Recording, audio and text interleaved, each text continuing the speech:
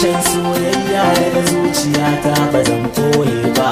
Ina jin kamar in bar miki duniyar so ba za ya bari ba.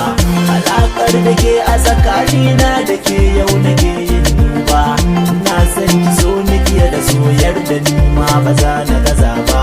Da zuciyar manya magabata nake son ki amma duba.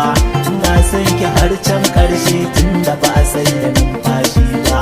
Dan Allah ki ɗauki amana ta, kin san rashin rai jaraba ne. Na tabbata in a cikin so ne ba zan yafa komai ba.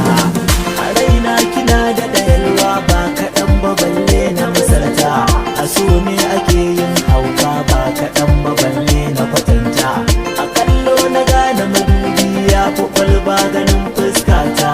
Kake nake so in rayu kin ji ƴar uwata kanwata. Ya abar so muminatin anitatin ta'ibatin ajidatin sa'ihatin ayyibatin wa abkara. Dan yaban ne zan taƙaita kun ji siffar mahaifina wacce ke min so da ƙauna. Kin zamo min farin ciki na, kin zamo sanyin idona. Babu bacci ba abinci, kin ishe ni kaɗai na koshi ni, kin ishe ni kaɗai na so kama da ruwa yake in kana da rai sai ka taɓa shi. So kama da gari yake in kana da rai sai ka ishe shi. Ke nake so ni kike so, ke na zaɓa ni kika zaɓa. Za mu ɗauki amanar ƙauna, za mu rayu da juna tare.